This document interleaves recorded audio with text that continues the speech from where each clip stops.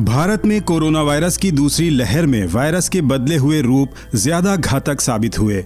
इलाज की बात करें तो अभी सिर्फ कोविड-19 के लक्षणों का उपचार किया जा रहा है और इस बीच शरीर का प्रतिरक्षा तंत्र इस संक्रमण से लड़ता है।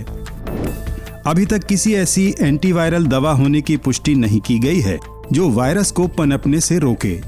किसी भी वायरस की तरह SARS-CoV-2 के असर को खत्म करने के लिए एक उपाय उसके प्रोटीन्स पर हमला करना है।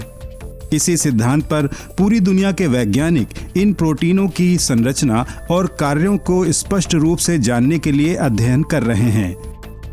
अब भारतीय प्रौद्योगिकी संस्थान मंडी के शोधकर्ताओं ने SARS-CoV-2 के प्रमुख प्रोटीन NSP1 के C टर्मिनल रीजन की संरचना को उजागर किया है। शोधकर्ताओं ने अलग अलग वातावरण में NSP1 के इस रीजन की संरचना और इसमें आने वाले बदलाव का अध्ययन किया। माना जा रहा है कि इस उपलब्धि से अब वायरस की गतिविधि, संक्रमण और बीमारी की गंभीरता को समझने में मदद मिलेगी, जो इस वायरस के खिलाफ उपचार विकसित करने में सहायक हो सकती है। नॉन स्ट्रक्चरल प्रोटीन 1 जो है होस्ट सेट ऑफ फैक्टर भी कहा जाता है, क्योंकि ये होस्ट के सिस्टम जो मतलब जो ह्यूमन शरीर है आपका, उसके जो प्रोटीन सिंथेसिस मशीनरी होती है उसको ब्लॉक कर देता है।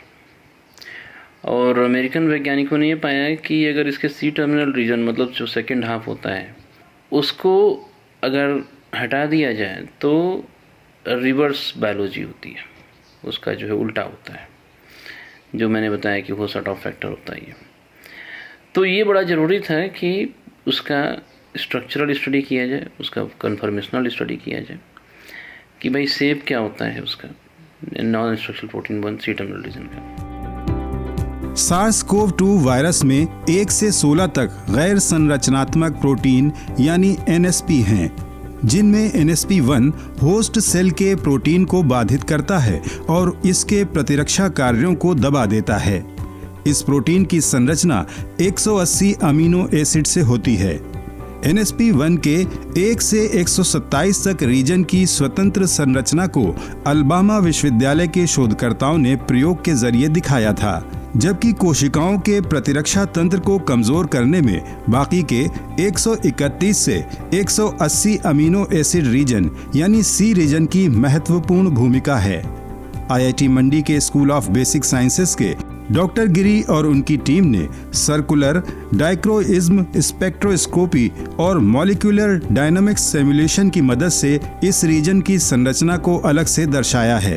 उन्होंने देखा कि अगर NSP1 के C टर्मिनल रीजन के अवशेष NSP1 से निकाल दिए जाएं, तो NSP1 राइबोसोम द्वारा ट्रांसलेशन को रोकने में असमर्थ हो जाता है।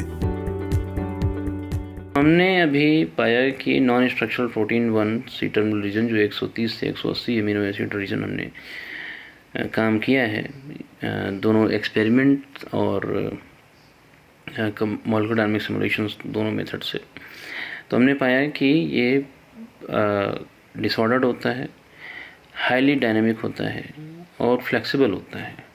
मतलब रिजिड स्ट्रक्चर नहीं होता है, बहुत ही फ्लेक्सिबल स्ट्रक्चर होता है, या जिसे कहते हैं डिसऑर्डर्ड कर सकते हैं, हाईली फ्लेक्सिबल और डिसऑर्डर्ड स्ट्रक्चर होता है। NSP1 C टर्मिनल रीजन के अंदर की परस्पर गतिविधियों की आणविक प्रक्रिया, जैव भौतिकी अंतःक्रियाओं और रसायन विज्ञान को समझना काफी महत्वपूर्ण है। भारतीय शोधकर्ताओं के इस अध्ययन का निष्कर्ष शोध पत्रिका करंट रिसर्च इन वायरोलॉजिकल साइंस में प्रकाशित किया गया है। ये अध्ययन कोविड-19 के खिलाफ उपचार विकसित करने में सहायक होगा, जो सीधा इन प्रोटीन्स को लक्ष्य बनाकर वायरस को शुरू में ही निष्क्रिय कर देगा।